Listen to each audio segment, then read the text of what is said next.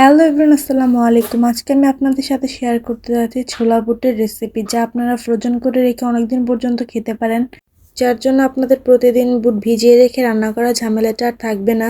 তাহলে চলুন মূল রান্নায় যাওয়া যাক।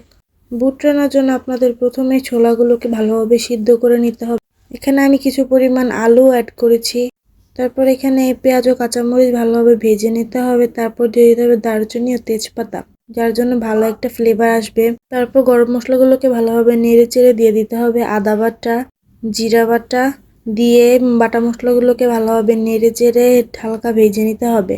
ভাজা হয়ে গেলে দিয়ে দিতে হবে পরিমাণ মতো লবণ, পরিমাণ মতো ধনিয়ার গুঁড়া, পরিমাণ মতো হলুদের গুঁড়া এবং পরিমাণ মতো মরিচের গুঁড়া দিয়ে ভালোভাবে মশলাগুলোকে একটু সামান্য পরিমাণ পানি দিয়ে কষিয়ে নিতে। মশলাগুলো যখন ভালোভাবে কষানো হয়ে যাবে তখন দিয়ে দিতে হবে আগে থেকে সিদ্ধ করে রাখা ছোলাগুলোকে।